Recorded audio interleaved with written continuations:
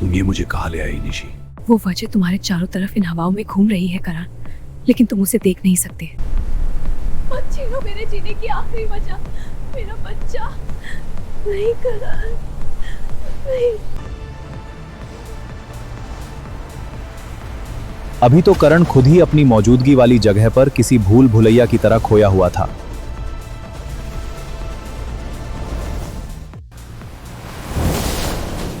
फिर लद्दाख के इस छोटे से गांव और महानगर मुंबई को उसकी करंट लोकेशन का पता कैसे लग गया? आखिर तुम मेरी बात मानने के लिए तैयार क्यों नहीं हो करण? क्योंकि मुझे यहाँ कुछ भी नॉर्मल नहीं लग रहा निशी मालिक। ये जगह बहुत अजीब है।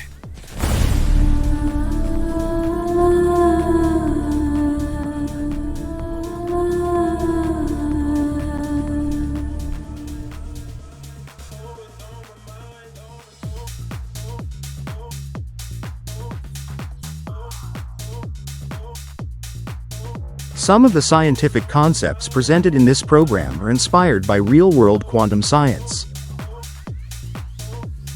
However, the genetic temporal entanglement hypothesis, depicted in this story, is a fictional scientific concept created exclusively for the purposes of this work of fiction. It is intended solely as a narrative device and should not be interpreted as an established scientific theory, validated hypothesis, or factual scientific claim. ना जाने इस लम्हे का मुझे कितने सालों से इंतजार था।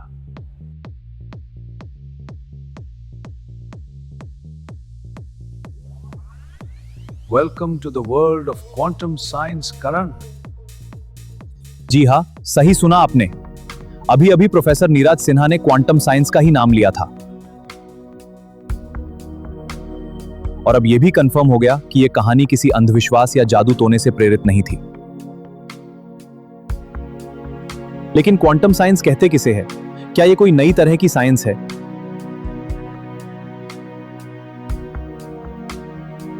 और क्या वास्तव में यह किसी भी इंसान की जिंदगी को इस लिमिट तक इफेक्ट कर सकती है कि उसका दिमाग ही काम करना बंद हो जाए?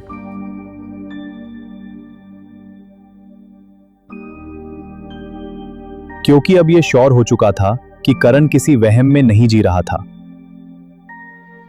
तो आइए इस कहानी में आगे जाने से पहले हम आपको क्वांटम साइंस के बारे में कुछ जानकारी दे देते हैं।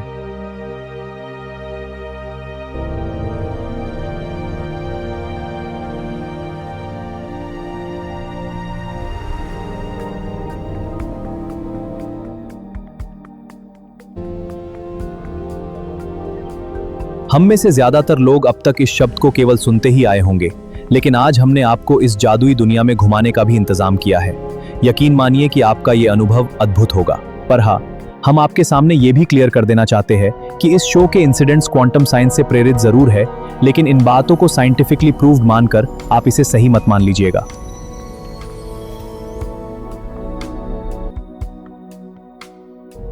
तो आइए अब अपनी जर्नी की शुरुआत करें। हमारी आंखें जितना देख सकती है, हमारा दिमाग जितना समझ पाता है और हमारी मेमोरी को जितनी भी बातें याद रहती है, अक्सर हम सबके लिए हमारी दुनिया की सीमा रेखा वहीं तक होती है, क्योंकि हम उसे ही अपनी लिमिट मान लेते हैं। लेकिन क्वांटम साइंस की दुनिया की बाउंड्री लाइन उन सीमाओं के पार जाने के बाद ही नजर आती है। यहां तक कि उस जगह की आबो हवा भी हमारे बनाए नियमों के मुताबिक बर्ताव नहीं करती। वहां पर सब कुछ अलग और अविश्वसनीय होता है। क्वांटम साइंस के कुछ रियल एक्सपेरिमेंट्स ने समय की प्रकृति को लेकर कई रोचक सवालों को जन्म दे दिया, जिन्होंने इंसान के दिमाग में खलबली मचा दी। उन प्रयोगों के मुताबिक भले ही हम समय के तीन पहियों यानी कि पास्ट, प्रेजेंट और फ्यूचर को जिंदगी के तीन अलग अलग दौर मानते आए हैं, पर क्वांटम साइंस की नजर में ये तीनों पूरी तरह से विभाजित नहीं किए जा सकते।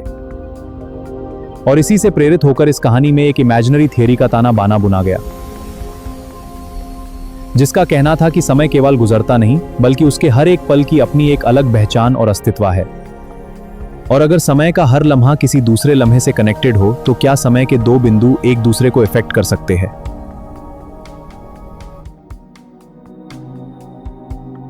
पहचान की इमेजिनरी थियरी इसी संभावना को एक्सप्लोर करती है।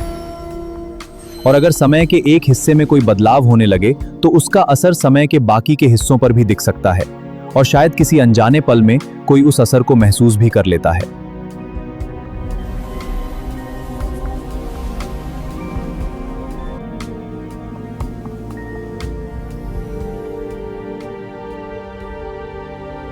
अगर इसे और भी आसान शब्दों में कहे तो जैसे शांत पानी में पत्थर के गिरने पर लहरें दूर तक फैल जाती है, वैसे ही समय के एक हिस्से की हलचल उसके दूसरे हिस्से तक भी पहुंच सकती है।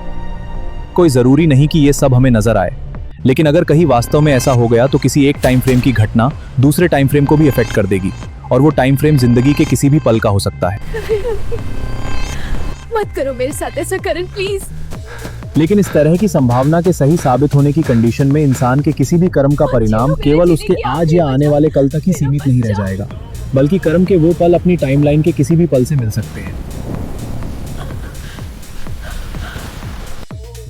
और शायद यही वो अदृश्य चक्रव्यूह था जिसके जाल में फांसते जाने की वजह से आज करण की खुद की ही सांस उसका दम घोट रही थी।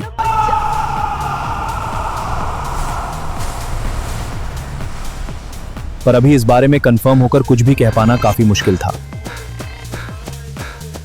क्योंकि उसके लिए करण का निशी के साथ कोऑपरेट करना जरूरी था।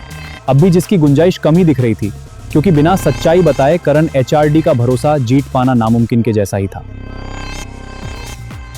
बस बहुत बोल लिया तूने और बहुत सुन लिया मैंने, लेकिन अब मैं तेरी बातों पर भरोसा करके एक सेकंड के लिए भी यहाँ और नहीं रुक सकता।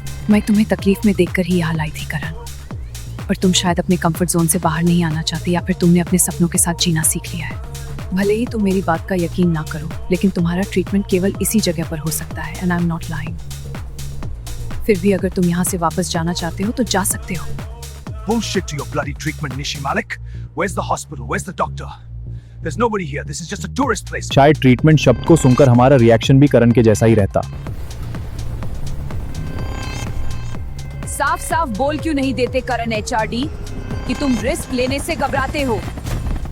अपनी गन के बिना तुमसे एक कदम भी चला नहीं जाता। पर निशी की इस आखिरी कोशिश का जवाब भी करण का इनकार निकला, लेकिन प्रोफेसर सिन्हा को इस प्रेजेंट सिचुएशन की अब तक कोई खबर नहीं थी। कुछ ही देर में तुम्हारा संघर्ष हमेशा के लिए खत्म हो जाएगा। तुम्हें इस तकलीफ से आजादी दिलाने के लिए हमारा करण अब बस यहाँ पर आने ही वाला है। पिछले 30 सालों से तुम लगातार भाग ही रहे हो। मुझसे तुम्हारी ये हालत और नहीं देखी जाती। आ जाओ ना करण, अब और कितना वक्त लगाओगे तुम? प्रोफेसर सिन्हा को तो अपने इंतजार की वजह मालूम थी, पर दूसरे लोगों को अब भी मौसम की इस बदली हुई रंगत का कारण समझ नहीं आ रहा था। आज की ये रात जैसे 30 साल पुरानी उसी रात को अपने साथ लेकर आई है।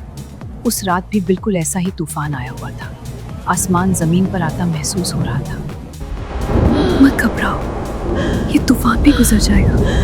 सब कुछ सही चलने लगा था। मेरी मुश्किलें कम होने का नाम क्यों नहीं लेती?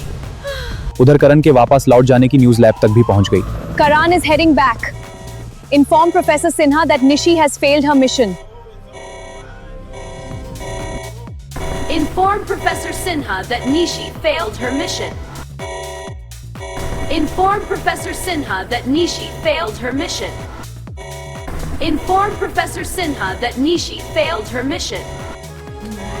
Inform Professor Sinha that Nishi failed her mission.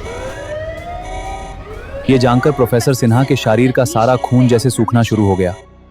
Inform Professor Sinha that Nishi failed her mission. Lab में सबके बीच अफरा तफरी मच गई।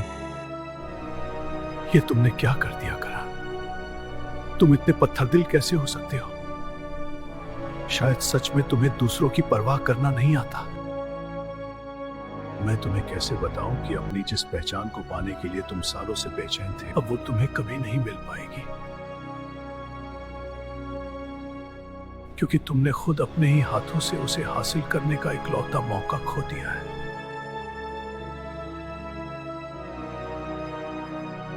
उनसे अपने आंसुओं को नहीं रोका गया। भी वो स्पीचलेस नजर आ रहे थे। चलिए एपिसोड के आखिर में एक बार फिर से हम आपको इसे विस्तार से समझा देते हैं। नजर आ रहे वीडियो को अगर एक क्लॉक मान लिया जाए तो इस वक्त इसकी सुई बिल्कुल सही दिशा में घूमती दिख रही है। ये वाला वीडियो भी हमारी लाइफ साइकिल को परफेक्टली डिस्क्राइब कर रहा है, यानी कि हम सबको अपने गुजरे हुए कल से अपने आने वाले कल की तरफ जाना होता है, क्योंकि जिंदगी का नियम और दस्तूर दोनों यही है। पर अगर कुदरत के इसी चक्र को करण अपनी लाइफ पर अप्लाई करने की कोशिश करेगा तो शायद उसका परिणाम ये होगा, यानी कि अंधकार, निराशा, वीरांगी और हताशा। और शायद प्रोफेसर सिन्हा पहले से ही ये सब जानते थे,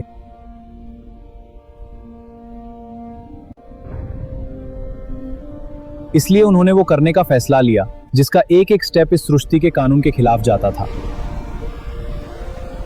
वैसे सोचने और दिखने में ये इम्पॉसिबल भी था, यानी कि करण के लिए वो समय के पहिए को उल्टा घुमाने वाले थे। लेकिन क्या वाकई में ये कभी भी पॉसिबल हो पाता?